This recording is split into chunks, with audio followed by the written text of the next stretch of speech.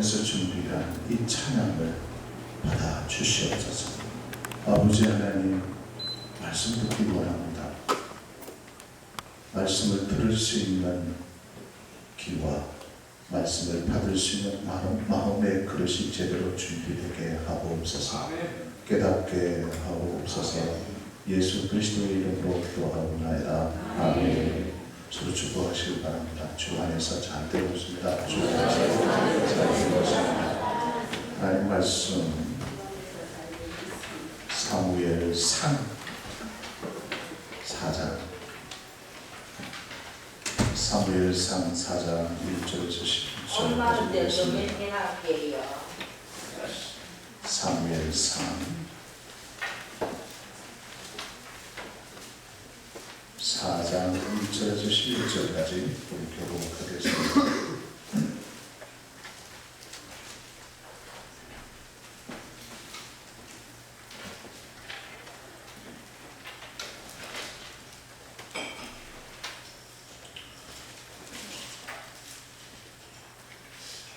사무엘이 많이 온 이스라엘에 전파되더라. 이스라엘은 나가서 블레셋 사람들과 싸우려고 에베네셀 곁에 진치고 블레셋 사람들은 아벡에 진쳤다니. 블레셋 사람들이 이스라엘에 대하여 분노를 일으켰으나 그들이 싸우다가 이스라엘 블레셋 사람들 앞에서 패하여 그들에게 전쟁에서 생명을 당한 군사가 4,000명이라. 백성이 진영으로 돌아오며 이스라엘 장로들이 이르되 여호와께서 어찌하여 우리에게 오늘 블레셋 사람들 앞에 패하게 하셨는고 여호와의 언약궤를 실로에서 우리에게로 가져다가 우리 중에 있게 하여 그것으로 우리를 우리 원수들의 손에서 구원하게 하자 하니. 이에 백성이 시로의 사람을 보내어 루살에 계신 왕의 여호와의 언약궤를 거기서 가져갔고 엘리의 두 아들 홈리와 베나스는 하나님의 언약궤와 그를 거기에 있었더라. 여호와의 언약궤가 진영에 들어올 때에 온 이스라엘이 큰 소리로 외치며 땅이 울린지라.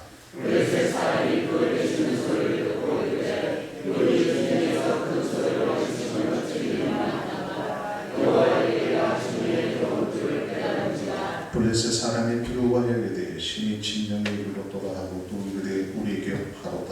전날에는 이런 일이 없었더라. 우리에게 하로다. 누가 우리를 인정한 신들의 손에서 움직이고 그들은 광야에서 여러 가지 죄하고 대부분을 시키시리라.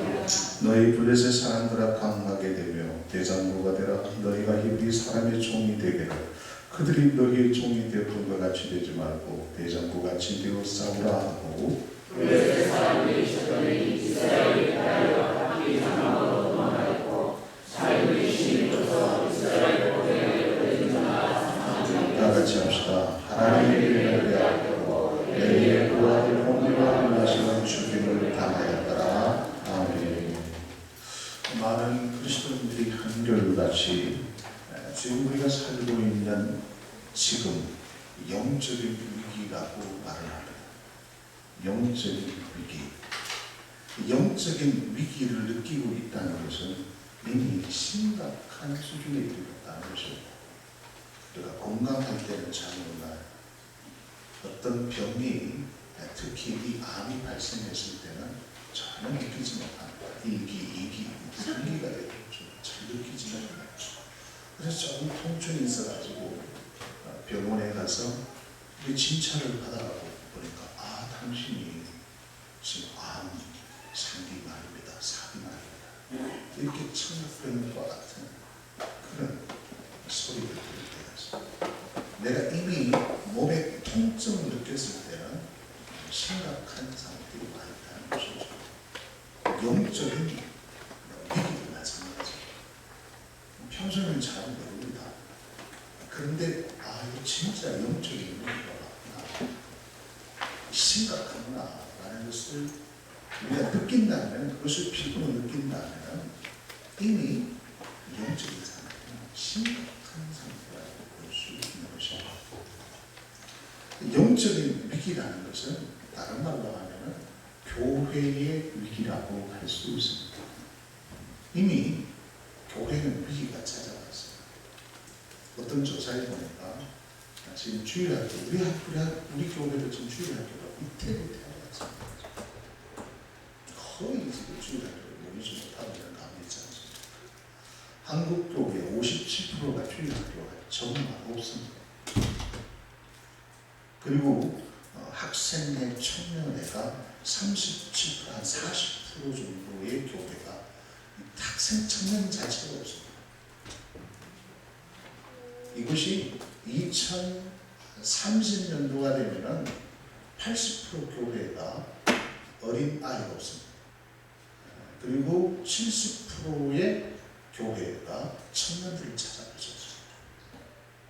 지금 유럽 교회처럼 교회 안에는 이제 머리가 하얀 벽발을 자라나는 70대, 80대 노인대들만 자리를 지키게 되는 것입니다. 지금 유럽의 교회 이야기가 다른 나라의 얘기가 우리들의 현재 이야기라고 할 수 있습니다. 그래서 교회마다 위기다라고 느끼고 있지만은 많은 그리스도인들이 이 위기를 어떻게 극복할 것인가라는 그 문제에 대해서는 심각하게 생각하지 않습니다. 오늘 본문 말씀을 통해서 어떻게 하면은 우리의 이 영적인 위기, 개인이나 가정 그리고 교회의 위기를 어떻게 극복할 것인가, 이 짧은 시간에 어떻게 제가 다 말씀을 드릴 수 있겠습니까? 그러나 오늘 말씀을 통해서 하나님의 음성 듣기를 주님의 이름으로 축복합니다. 하나님의 음성을 들을 수 있습니다. 오늘 본문 말씀에 보면 이스라엘 백성들이 블레셋과의 전쟁에서 완전히 피하는, 그것도 한 번도 아니고 두 번이나 철저히 피하는 장면을 기록을 하고 있습니다. 성경은 우리들에게 좋은 것만 가르쳐주는 게 아니라 잘된 이야기, 사람들의 허물을 감추고 그 사람의 장점만 얘기하는 것이 아니라 성경은 낱낱이 한 나라의 허물, 믿음의 사람의 약점을 숨김없이 그대로 노출시켜주고 있는 것을 알 수가 있습니다. 그래서 우리는 성경을 통해서 우리의 자아상, 우리의 모습을 발견할 수 있어야 합니다. 이스라엘 백성들에게는 어느 민족에게나 찾아볼 수 없는 강한 선민의식을 갖고 있었습니다. 우리는 선택한 하나님의 백성이다, 거룩한 하나님의 자녀라는 이 의식을 가지고 있었습니다. 하나님께서 우리를 선택해 주셨기 때문에 우리는 거룩한 하나님의 백성이며 하나님께서 우리와 함께 하신다는 이 임마누엘 신앙을 가지고 있었습니다. 오직 하나님께서는 우리들만 무조건 사랑하시고 인도하시고 지켜주신다는 믿음입니다. 이러한 선민의식이 오늘 이 시대를 살아가는 우리들에게도 동일하게 적용하고 있지 않습니까? 하나님은 우리와 함께하고 있음을 우리는 믿습니다. 내가 하나님의 자녀가 되었기 때문에 하나님은 분명히 내 편이고 하나님께서 교회를 세우신다면 그 교회와 함께하고 있을 것임을 우리는 믿고 있습니다.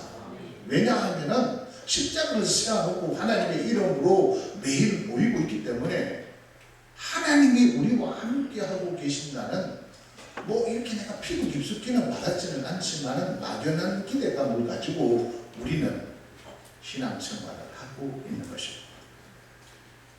자신의 삶이 엉망진창이고 나의 삶 가운데서 별로 예수 믿는 사람들의 모습이 나타나지 않는다 할지라도 나는 하나님을 믿고 있기 때문에 하나님은 나와 함께 하고 계실 것이라는 막연한 믿음을 가지고 있습니다. 그래서 이 막연한 믿음을 가지고 수십 년 동안 신앙생활을 하다가 보면 느끼든 느끼지 않든지 간에 나는 하나님의 백성이 되었다라는 그 의식 속에서 살아가게 됩니다. 그러나 분명한 것은 우리의 삶이 엉망진창이고 진리했었다, 세상 사람들처럼 살고 있음에도 불구하고 하나님이 함께 하신다는 것은 아닙니다. 하나님이 세운 교회는 영원할 것이라고 믿고 있는데 그렇지 않습니다. 하나님의 교회는 피할 수도 있습니다. 철저히 망할 수도 있습니다. 지금 세계를 깜짝깜짝 놀라게 하는 단체가 있죠. 9.12 테러를 일으켰을 때는 알카이다라는 괴물과 같은 극단적인 이슬람 단체가 있었습니다. 그런데 최근에는 아이스라는 이 괴물과 같은 이 알카이다도 깜짝 놀라게 만드는 아주 급진적이고 극단적인 이슬람 단체가 등장했습니다. 그들이 활동하고 있는 곳이 어딘가 하면 시리아의 수도가 다마스커스입니다.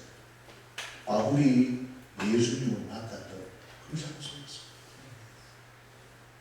바울이 뜨겁게 사역을 했던 장소가 바로 이 시리아, 지금 시리아 장소입니다. 그런데 그곳에 급진적이고 극단적인 아이스라는 이 회개로 이슬람 단체가 지금 활개를 치고 예수 믿는 사람들의 목을 쳐버리는 그런 시대에 살아가고 있습니다. 그렇게 하나님의 영광이 가득했던 아시아 일곱 교회가 있었던 지역이 터키입니다. 지금의 터키는 98%가 이슬람교, 완전 해교 국가. 왜 그렇게 되었을까? 이것은 하나님이 무능력하시기 때문이 아니라 그 시대를 살아갔던 하나님의 백성들의 영적인 상태가 문제였다는 것입니다. 하나님께서는 이미 오래전에 이스라엘 백성들이 출애굽할 그 당시에 이미 하나님께서는 모세에게 이렇게 말씀을 하셨어요. 신명기 8장 20절에 보면 여호와께서 너희 앞에서 멸망시키던 민족들 같이 너희도 멸망하리니 이는 너희가 너희의 하나님 여호와의 소리를 청종하지 아니하리라. 하나님께서 이스라엘 백성들을 출애굽시키면서 그들은 광야도 통과하지 않았습니다. 약속의 땅인 적과 꿀이 흐르는 가나안 땅으로 들어가지 않았습니다. 출애굽을 시킨 후에 하나님께서는 모세를 시내산에 불러놓고 말씀을 하고 계시는 거예요. 너희 앞에서 멸망시키던 민족들 같이 너희도 멸망하게 될 것이다.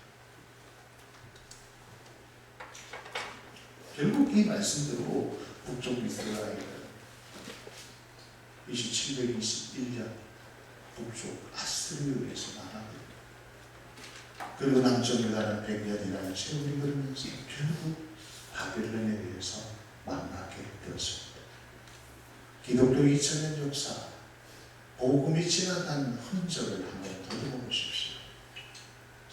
복음이 지나가는 곳마다 놀라운 하나님의 축복을 부어주셨지만 그 축복을 관리했던 그 시대 교회가 그 위기를 극복하지 못해서 피폐하가 되어졌습니다.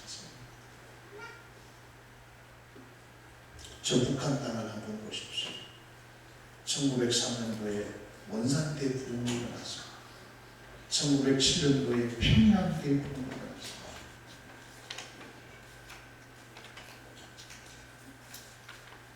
한국의 오순절이 저 평양에서 일어났습니다.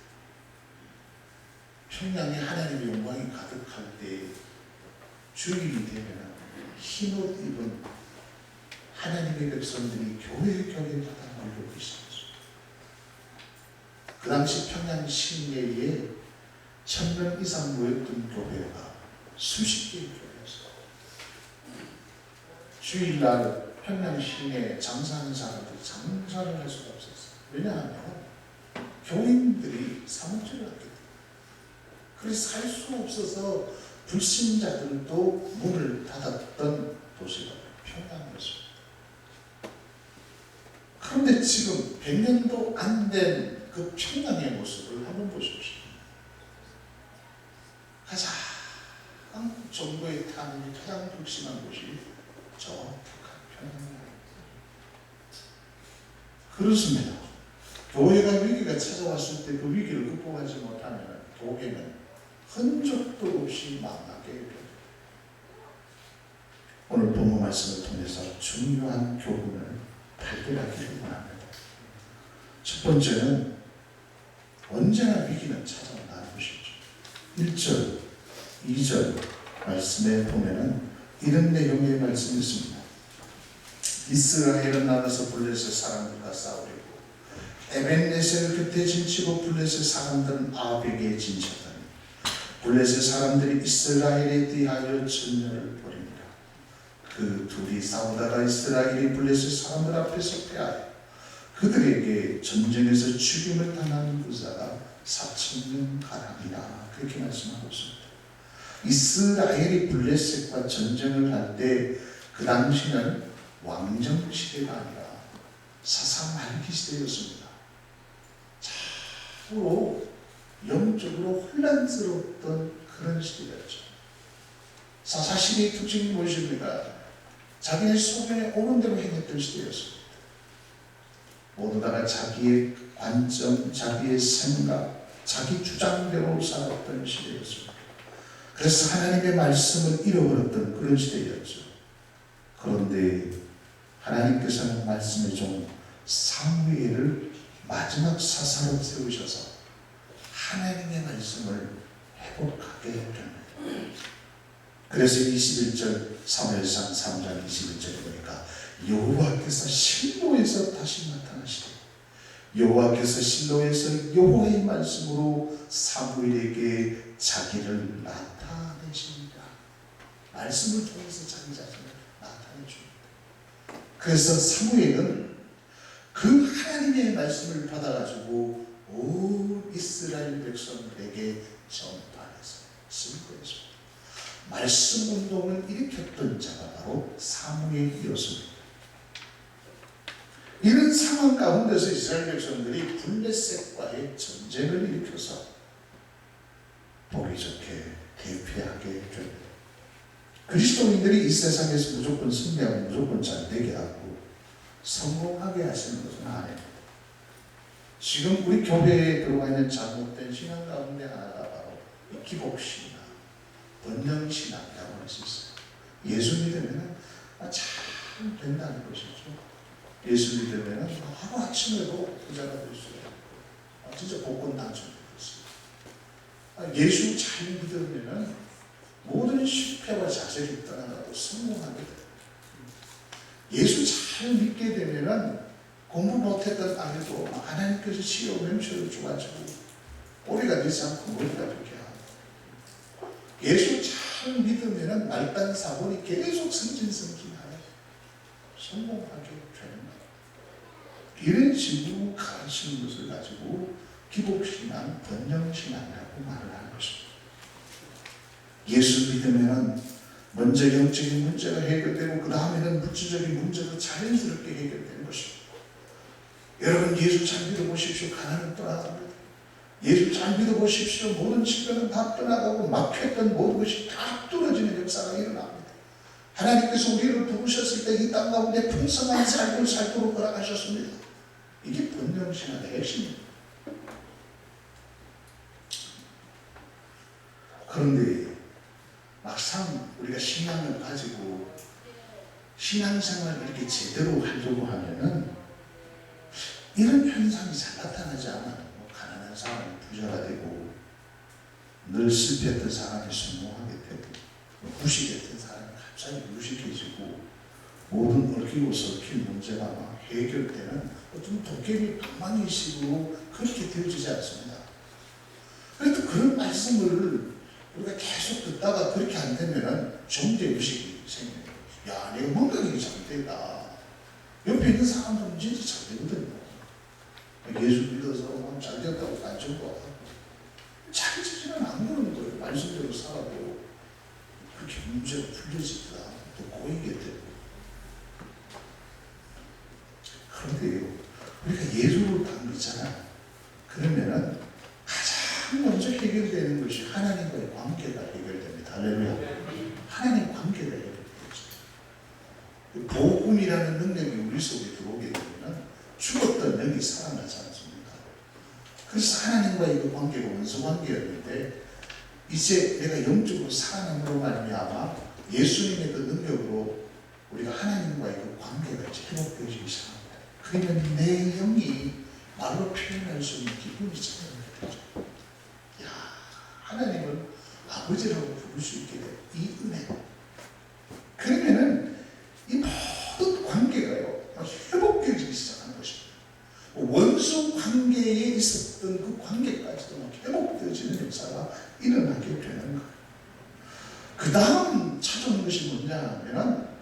이제 영이 살아나기 때문에 이 영적인 안목이 살아나기 시작한 것입니다.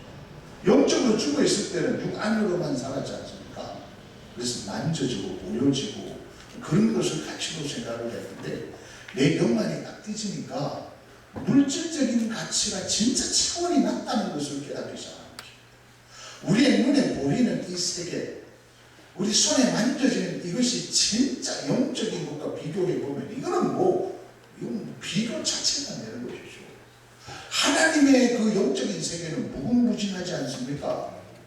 그 무궁무진한 하나님의 그 세계를 보여지기 시작하면은 그동안 내가 어떤 육안으로 쫓아갔던 의식적 문제 있잖아요. 무엇을 먹을까 마실까 어떻게 하면 더 큰 집에 살까, 어떻게 하면 이 세상에서 막 진짜 폼나게 잘 살아볼까 하는 그 가치가 무의미하게 느껴지는 것입니다.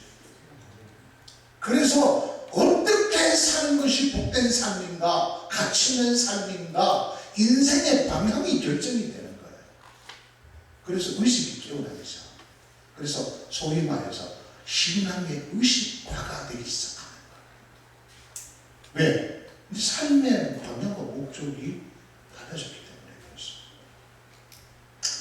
이러한 새로운 관계 속에서 살아가다가 보면은 이게 부딪힘이 충분히 일어나지 않겠습니까? 영적으로 깨어나니까 그동안 수십 년 동안 하나님을 알지 못하는 그런 상태에서 사는 내 습관과 내가 영적으로 새롭게 된 새로운 삶의 그 습관을 쫓아서 이렇게 살려고 하니까 막 충돌이 일어나게 되는 거예요. 그래서 주변에 있는 사람들이 저 사람 하루아침에 이상하게 됐다. 저 사람 예수 믿더니구만. 거기 깊이 빠져. 예수 믿기 전에 좋았던 것을 싫어하거든. 예수 믿기 전에 막 도장에 가가지고 별의별 소리 다 하지 않습니까? 술 먹고 음담 펴서라고 지가 앞장서서 아주 죄를 짓고 있는데 그런 것을 다 보셔요. 늘 쓸데없는 농담을 했던 사람이 이 진지하게 인정을 얘기합니다.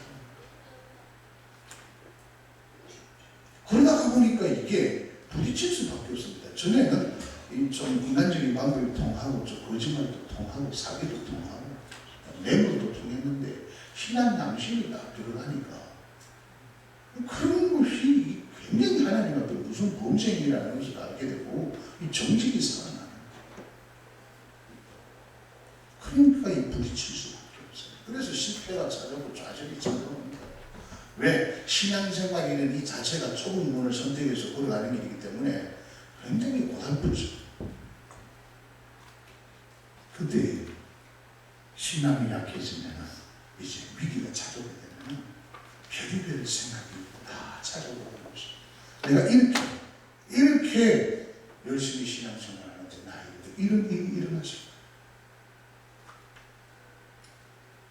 신앙생활을 잘 해도 위기를 찾아옵니다. 우리는 욥의 동물을 통해서 우리가 이것을 잘 알고 있지 않습니까? 하나님의 마음에 합한 삶을 살았던 이 다윗도 그렇게 고백을 했어요. 시편 34편 19절에 보니까 의인은 고난이 많으나 여호와께서 그 모든 고난에서 건지시는도다. 의인은 고난이 많구나. 여호와께서 그 모든 고난에서 건지시는구나. 왜 이 고난이 찾아왔을까? 저 할례받지 못한 블레셋과의 전쟁에서 당연히 하나님 우리와 함께 하시기 때문에 우리가 이겨야 되는데 승리를 해야 되는데 4,000명을 죽었거든요. 이 딜레마. 이 이스라엘 백성들에게 큰 충격인 거예요. 하나님이 우리와 함께 하셨지 않을까. 지금으로부터 100년 전만 해도 200년 전만 해도 여호수아의 군대가 이쪽과 우리 흐르는 가나안 땅에 들어왔을 때 백전백승을 하지 않았나. 왜 실패했느냐. 깊은 딜레마에 빠지게 된 것입니다.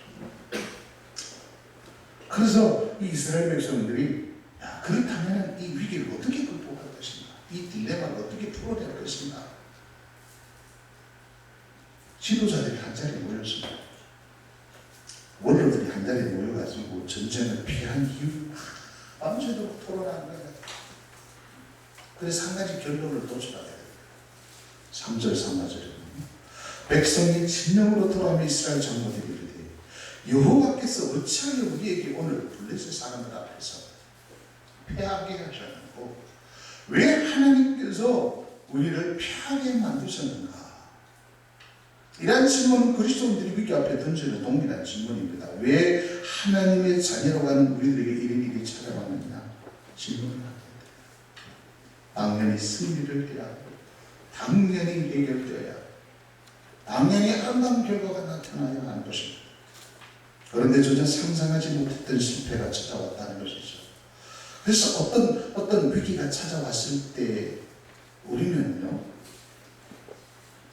자신에게 굉장히 관대합니다. 특히 우리 한국 백성들은 남의 탓은 도가 틀어서 다른 사람의 허물을 찾는 데는 힘이 없어요. 그렇잖아요. 어떤 위기가 딱 찾아오면 가장 먼저 요한이 누굽니까? 대통령입니다. 대통령이 심하잖아요. 근데 가정에도 마찬가지예요. 가정에도 위기가 딱 찾아오면 네가 잘못했어. 그래서 우리나라 속담에는 잘되면 누구 탓이에요? 잘못되면 누구 탓이에요? 조상 탓이에요. 아버지는 잘못하는 탓이에요. 제대로 교육만 받았더라면 이렇게 되지 않을 수 없어요. 교회의 위기가 딱 찾아올 때 가장 먼저 욕하는 게 지도자들이에요. 정말로 그럴까? 이 지도자들이 함께 모였습니다. 실패의 원인을 묻고 함께 의논해서 방법을 막 찾다가 이상한 방법을 선택하게 돼요. 탁 떠오르는 것이 뭐냐면 실로에 있는 여호와의 법궤가 생각이 납니다. 여호와의 법궤를 늘 앞장 세웠을 때 이스라엘 백성들이 승리를 했거든요. 그래서 여호와의 법궤를 가져온다면은 우리가 전쟁을 할 때 그 법궤를 앞세운다면은 하나님께서 반드시 우리에게 승리를 주실 것이라는 생각을 합니다. 그래서 실로에 있는 하나님의 법궤를 진중으로 가져오게 됩니다. 3절 하반절에서 4절 말씀을 보면 여호와의 언약궤를 실로에서 우리에게로 가져다가 우리 중에 있게 하여 그것으로 우리 원수들의 손에서 구원하게 하자 하니 이에 백성이 실로에 사람을 보내어 그룹 사이에 계신 만군의 여호와의 언약궤를 거기서 가져왔고 엘리의 두 아들 홈리와 비느하스는 하나님의 언약궤와 함께 거기에 있었더라 이렇게 말씀하고 있습니다. 전쟁의 패한 원인이 하나님의 법궤를 앞장 세우지 않았기 때문에 그렇구나. 우리가 이런 큰 실수를 하다. 만장일치로 여호와의 법궤를 가져오기로 한 것입니다. 이것이 그 당시 이스라엘 백성들의 영적인 상태였다. 지도자들이 영적으로 깊은 잠에 빠져버리면 범죄자를 상실하게 되죠. 그러면 무슨 문제가 일어났을 때 문제의 원인을 파악하지 못하게 됩니다. 그래서 임시 방편으로 종교적인 어떤 의식을 택하게 되는 것이죠. 미신적인 신앙을 통해서 그 위기를 극복하려고 했던 것입니다. 그들은 지도자들은 여호와의 법궤 자체에 어떤 신비스러운 능력이 있다고 생각을 한 것이죠. 위기는 인간적인 방법이 아니라 하나님의 방법으로 해결해야 하는 것입니다. 시대마다 교회의 위기는 진리의 위기입니다. 그들이 실로에서 여호와의 법궤를 가져오는 것이 아니라 사무엘상 3장 21절에 보니까 3장 21절 말씀을 다 같이 한번 봉독하겠습니다. 21절 다 같이 시작. 여호와께서 실로에서 다시 나타나시되 여호와께서 실로에서 여호와의 말씀으로 사무엘에게 자기를 나타내시니라. 사무엘의 말이 온 이스라엘이 전파되니라. 이렇게 됐죠. 실로에서 그들이 가져올 것이 여호와의 법궤가 아니라 실로에 나타나셔서 하나님께서 말씀하시는 사무엘에게 말씀하시는 그 말씀을 가져와야 된다는 사실입니다. 할렐루야. 여러분들이 위기를 극복할 수 있는 것은 어떤 종교적 의식으로 해결됩니다. 어떤 폼이나 방법을 통해서 되는 것이 아니라 어떤 미신적인 행위들이 많잖아요. 그렇죠? 예를 들자면 한 40일 기도를 하는 거예요. 100일 기도 작정을 하는 거예요. 한다는 그 자체는 굉장히 소중합니다. 그런데 내 행위가 100일이라는 행위를 맞췄을 때 하나님께서 감동을 해서 문제를 해결해 주는 게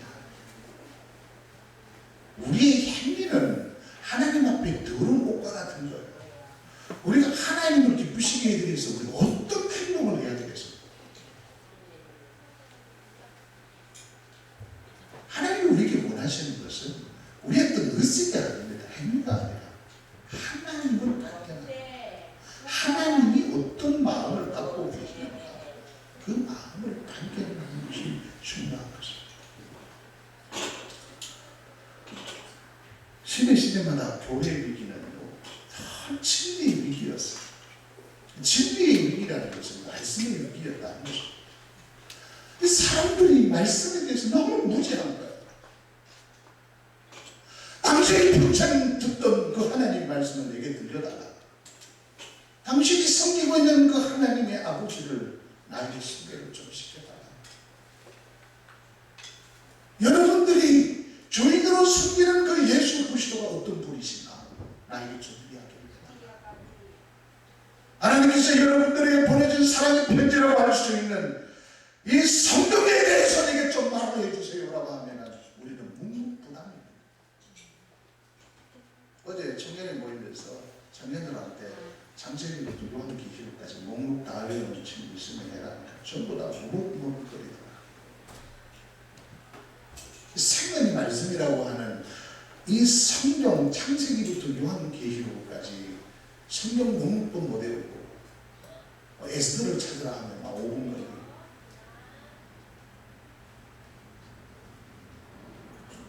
그러면서 우리는 잘못된 신앙인 어떤 기복신앙, 번영신앙에 물들어가서 무슨 문제가 생기면 하나님께 나가서 해결해 달라고 무슨 무속 종교처럼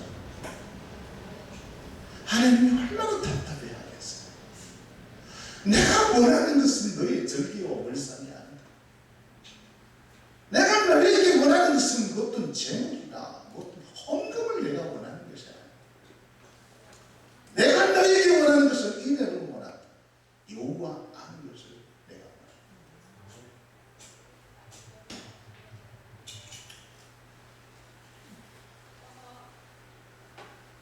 지금 이스라엘 백성들에게 있어서 위기는 요의 법궤가 없어서 위기가 찾아온 것이 아니지 않습니까?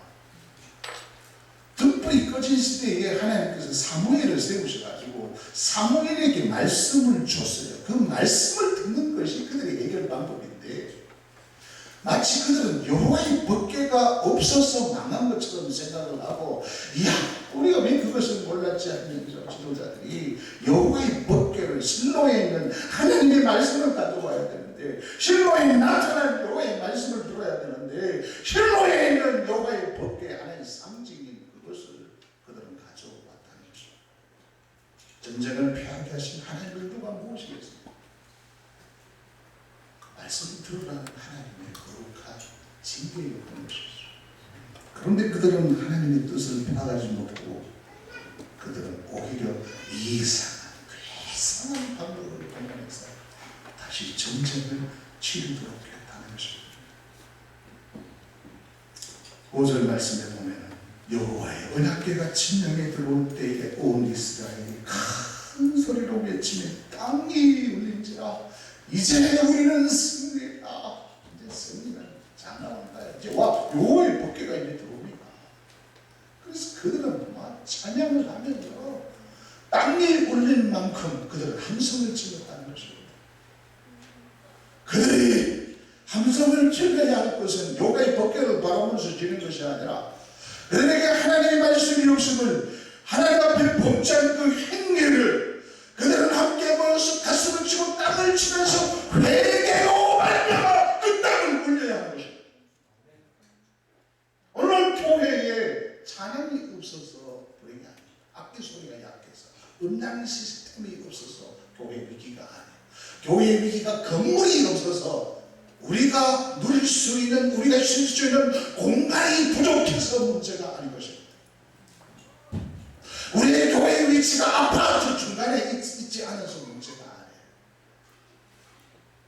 우리의 찬양 소리가 약해서가 아니에요. 우리에게 진짜 있어야 하나님의 말씀을 듣고 내 깊은 곳까지 찌르는 그 하나님의 말씀을 통해서 내 영혼이 깨어나 내 깊은 곳에 숨어있는 그 죄악 때문에 나를 이렇게 만들었구나, 우리 가정을 이렇게 만들었구나, 우리의 자녀들이 이렇게 되었구나, 교회가 위기가 찾아왔구나라는 것을 깊이 인식하면서 하나님 앞에 나와 통곡하면서 우는 그 소리로 땅을 짚어내야 한다는 사실. 우리의 믿음의 선배들은 그렇게 했습니다. 흐느꼈습니다. 너무나 그 죄악 때문에 가슴이 아파서 밤새도록 기도하고 또 기도해도 자기 속에 끊임없이 샘물처럼 솟아나는 죄악 때문에 머리털부터 발끝까지 죄악으로 똘똘 뭉쳐있다는 그 죄의식 때문에 하나님 앞에 나와서 기도했던 것. 하나님께서는 그 기도를 들으시고 교회의 위기를 살려냈던 것입니다. 하나님이 듣기를 원하는 것은 어떤 최신식 악기와 우리의 시설과 아름다운 공간과 아름다운 건축물, 이걸 하나님께서 원하시는 것이 아니라 우리에게 위기가 찾아왔다는 것을 깨닫고 하나님의 말씀에 대한 무지 때문에 우리가 잃게 되었다는 것을 깨닫고 하나님 앞에 나와서 깊이 느끼면서 내 이름이 탄식하면서 하나님 없음을 회개하는, 내게 필요한 것은 의식주가 아니라 내게 필요한 것은 하나님입니다, 우리의 자녀들에게 필요한 것은 하나님의 말씀입니다라는 그 깊은 통탄함을 가지고 하나님 앞에 기도하는 것을 원하는 것입니다. 아멘.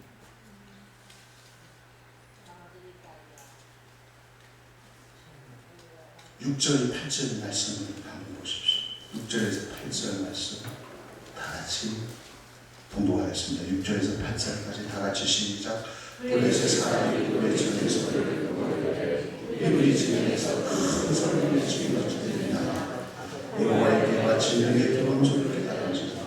블레셋 사람이 들어와 이르되 신이 진리를 떠나가 또 이르되 우리에게 와라 전날에는 그림이 없었다. 우리에게 와라 누가 우리를 인도한 신들의 손에서 던지니 그들은 광야에서 여러 가지 재앙으로 애굽을 침신하리라. 이스라엘 백성들이 함성을 지르고 그러니까 블레셋 사람들이 하나님 거예요. 그런데 여호와의 괴가 들어오고 말미암아 이런 현상이 나타나는 것을 블레셋 사람들이 두려워하기 시작했어요. 뭐 때문에 들어오게 했느냐? 여호와의 법궤 때문에 들어간 것이 아니라 하나님 여호와의 신이 그들 가운데 임했다는 그 소식을 듣고 그들이 두려워한 거예요. 이게 진짜 하나님의 것입니다. 하나님을 섬겼던 이스라엘 백성들 여호와의 법궤 때문에 그들은 함성을 치고 그 소식을 들은 블레셋 사람들은 착각을 한 것이죠. 하나님이 여호와 하나님이 이제 저들과 함께하고 계십니다. 이제는 졌다. 즉 여호와 하나님이 어떤 신이다. 애굽의 모든 신들의 목을 쳐버린 신이 아닌가. 그리고 저 가나안 땅에 있었던 모든 칠족족들이 섬기던 그 모든 신들의 목을 쳐버렸던 여호와의 신이 아닌가. 우리 졌다. 이렇게 생각합니다. 그런데 알고 보니 그게 아니었거든요. 하나님이 그들 가운데 임한 것이 아니라 법궤 하나, 달라는 그 법궤 하나 때문에 그들이 흥분하고 있다는 사실을 알게 됩니다. 세상 사람들이 교회를 들어가는 것은 하나님 때문에 들어가는 거예요. 세상 사람들이 우리 교회를 향하여 기대하는 것은 하나님을 보기를 원하는 거예요. 교회 건물을 원하는 게 아니에요. 세상 사람들이. 우리가 만족하죠. 우리가 이렇게 넓은 땅에 우리가 이렇게 큰 교회, 그거는 여호와의 법궤를 보고 흥분하는 이스라엘 백성들과 같은 거예요. 세상 사람들은 우리 교회 건물을 보고 조금도 놀라지 않습니다. 오히려 비웃었습니다. 손가락으로. 교회의 위기는 하나님이 없는 것이 위기예요. 세상 사람들에게 기대하는 게 하나님을 원한다니까요. 우리는 악할지라도 너희 예수 믿는 사람들은 예수님처럼 좀 살았고, 우리는 하나님 없이 그가 무도한 행위를 한다 할지라도 너희들은 하나님을 믿는 하나님의 자녀들이 아닌가, 하나님의 자녀다운 삶을 좀 보여달라, 하나님을 좀 보여달라. 그런데 너희 교회가 하나님이 없구나, 예수님이 없구나, 우리가 똑같구나. 그래서 세상 사람들이 우리를 향해서, 그래서 지금 자라나는 우리 어린 어머니나 청소년들, 청년들은 교회에 대한 메리트가 없습니다. 하나님 우리의 단체로 보는 거예요. 교회에 들어오면 지갑 떨어지는 없습니다. 진짜 여호와 하나님이 함께하는 교회가 만나면, 말씀이 살아있는 하나님의 임재가 있는 교회가 만나면, 그 교회가 들어가는 곳곳마다, 교회가 들어가는 곳곳마다 어둠의 시간이 떠나가게 되고, 도둑이 사라지고, 성범죄가 사라지는 깨끗한 도시로 바뀌어진다면 사람들이 왜 교회를 떠나지 않겠습니까? 어제 잠깐 설교 준비를 하면서 인터넷을 봤어요. 인터넷을 보는 가운데 충격적인 어떤 결과를 내가 봤어요. 지금 미국 같은 경우에는 청교도 신앙이 드러나고, 청교도 그 신앙을 통해서 교회가 세워지고 도시가 세워진 지역이 굉장히 많습니다. 그런데 미국이 이제 200년이라는 세월이 딱 지나고 난 뒤에 통계를 딱 내보니까 청교도 신앙으로 세워진 지역과 타 지역을 비교해보니까 성범죄자들이 가장 많이 나타난 곳이 청교도 신앙으로 세워진 교회로 말미암아 세워진 그 도시가 타 도시보다 훨씬 더 많더라고요. 이게 무엇을 보여주는 겁니까? 교회가 그 책임을 다하죠. 그러니까 교회답지 못했을 때 그 거룩이 타락하게 되면 더 타락해진다는 것을 말씀합니다.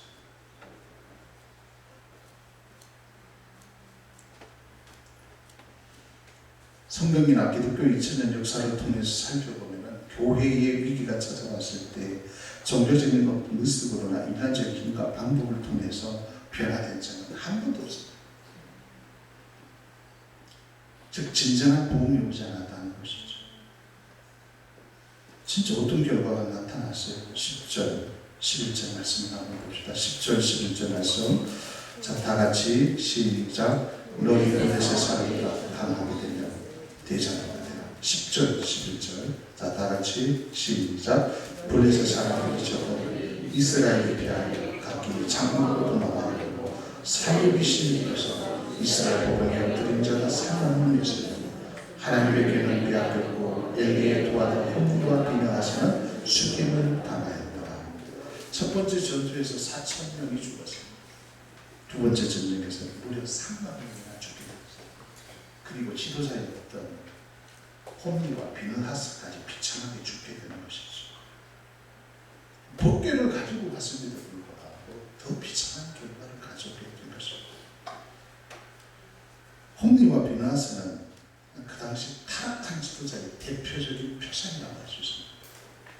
그 사무엘상 2장 12절 16절 말씀을 보면 그들이 얼마나 행실이 나빴는지 여호와의 앞에서 그들은 죄악을 서슴없이 저질렀던 자였습니다. 심지어 성경에 보면 이들은 여호와를 알지 못했던 자라고 했어요. 심지어 하나님의 제사, 하나님의 예배를 멸시했던 자였습니다. 엘리 제사는 야곱들이 아니었습니까? 그들은 성전을 지키면서요, 성전에 사람들이 예배하러 올라오면 제물로 갈무리를 이렇게 만들어가지고 닭 보고 기름진 그런 고기가 있으면 탁 찍어가지고 다 훔쳐갔다. 요즘 말로 교회의 헌금을 다 훔쳐갔다. 그런 사람이었어요. 심지어 사무엘상 2장 34절에 보면 성전의 수종드는 여인들 급탈해가지고 막 강간하고 음행을 저지르고 교회 안에서 이런 짓거리를 했던 자가 홈리와 비느하스였습니다.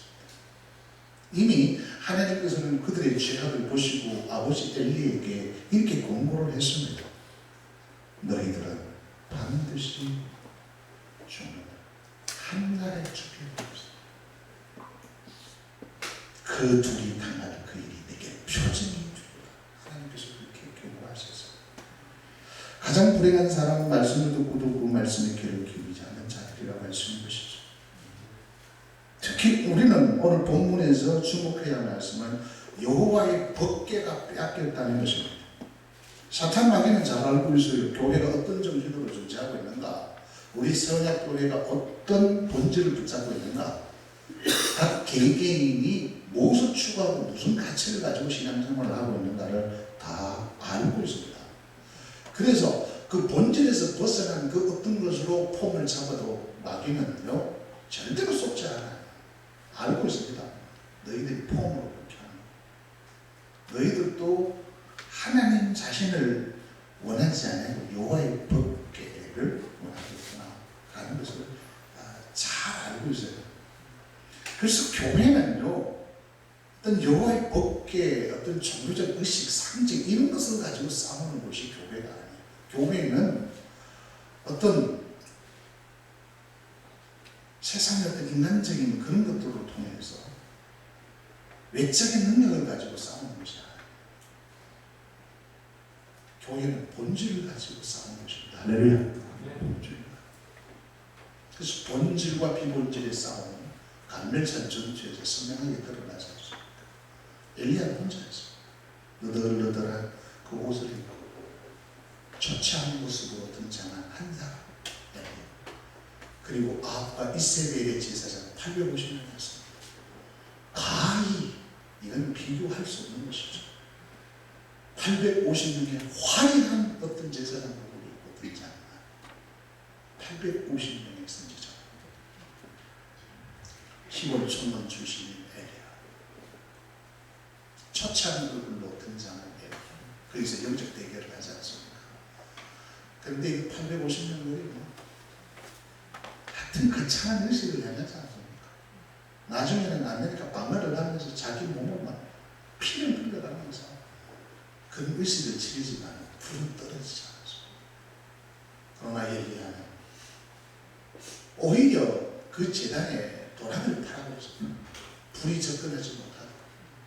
혹시 불꽃이, 인간적인 불꽃이 튀어가지고 그 제단에 불을 붙이면 안 되니까 그 도랑을 물을 부으라.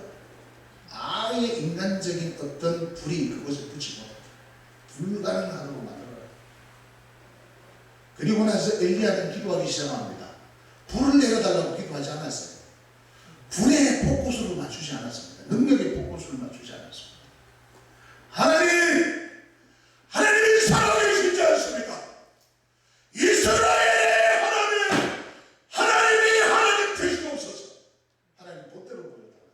하나님이 친히 나타나셔서 하나님이 살아계심을 보여달라. 하나님의 되심을 보여주십시오. 하나님이 나타나 보여주십시오. 하나님은 그 기도를 들으시고 뭐로 나타나는가? 불로 나타나신 것입니다. 할렐루야.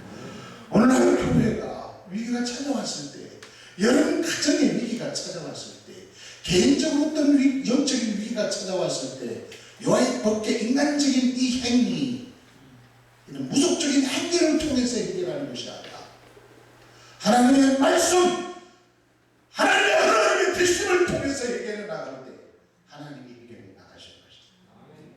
이 방법을 선택해서 하나님의 위대한 역사를 만들어내는 하나님의 부흥의 도구를 쓴다. 우리 모두가 되기를 예수 그리스도의 이름으로 축복합니다. 하나님 아버지, 오늘도 우리에게 말씀하시는 하나님의 음성을 들려주심을 감사합니다. 모든 사람들이, 모든 그리스도인들이 한결같이